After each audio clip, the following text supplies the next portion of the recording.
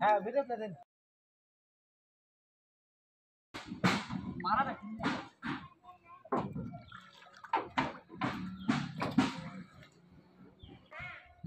যাও হাতুল ভাই তাতে যাও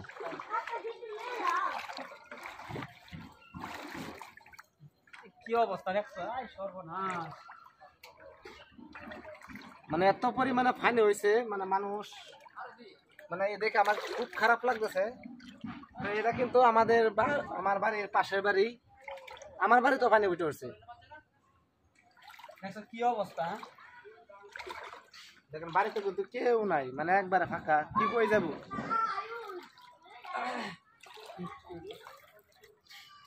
তো দেখেন কি পরিমাণ পানি হয়েছে আর কি বলার বাইরে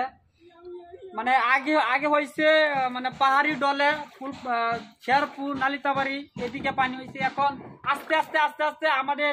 ফুলপুর উপজেলার দিকে পানি উঠে পড়ছে মানে খুবই একদম মানে কষ্টের বিষয় আমাদের এই যে এটা হলো এটা আমাদের বাড়ির পাশে বাড়ি আমাদের পাশে বাড়ি এটা হলো দেখেন এই অবস্থা কি অবস্থা দেখছেন বলার বাইরে এই যে করে রাখছে মানে লোক আসলো মানে আশ্রয় কেন্দ্রে তার কি নেওয়া হয়েছে সিংহেশ্বর আশ্রয় কেন্দ্র আছে ওনারা এই হলো অবস্থা খুবই কষ্টের বিষয় আছে মানে এত পরিমাণ কষ্ট আমরা আছি মানে বলার বাইরে ফুলপুরবাসীরা ভালো না তো শেরপুর নালিতাবাড়ি হালুয়াঘাট মুন্সিরঘাট দুবাউরা ওদিকের অবস্থা খুবই খারাপ কিন্তু আমাদের ফুলপুরে কিন্তু পানি হয়েছিল না এখন আস্তে আস্তে পানি বাড়তেছে কালকে রাত্রে পানি এর মধ্যে কম ছিল কিন্তু আজকে রাত্রে প্রচুর পরিমাণে পানি হয়েছে একদম বলার বাইরে মানে কি কইম মানে কোয়ার ভাষা খুঁজে পাইতেছি না আমরা যে এত পরিমাণ আরো ওইদিকে আছে সেদিকে মানে বাড়িঘর আমাদেরকেও দেখানোর মতো মানে পুরোপুরি দেখানোর মতো মানে ই নাই যে দেখাবো যাই হোক আপনারা দোয়া করবেন যাতে আমাদের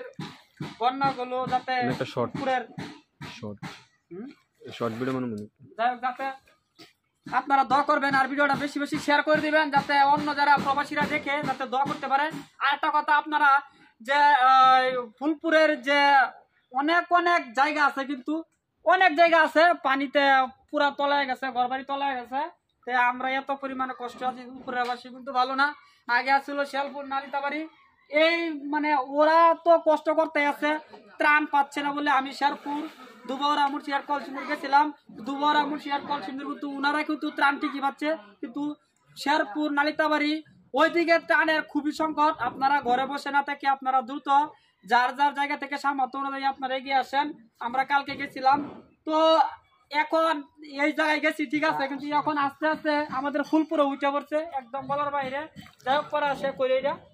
যাই হোক আপনারা সবাই দোয়া করবেন আর ভিডিওটা শেয়ার করে দিবেন যাতে প্রবাসী ভাইরা দেখতে পারে আর আমাদের জন্য দোয়া করতে পারে আমাদের ফুলপুরে কোনো ত্রাণ লাগবে না ইনশাল্লাহ সবাই সবার সাধ্য মতো আমরা চলতে পারবো ইনশাল্লাহ তো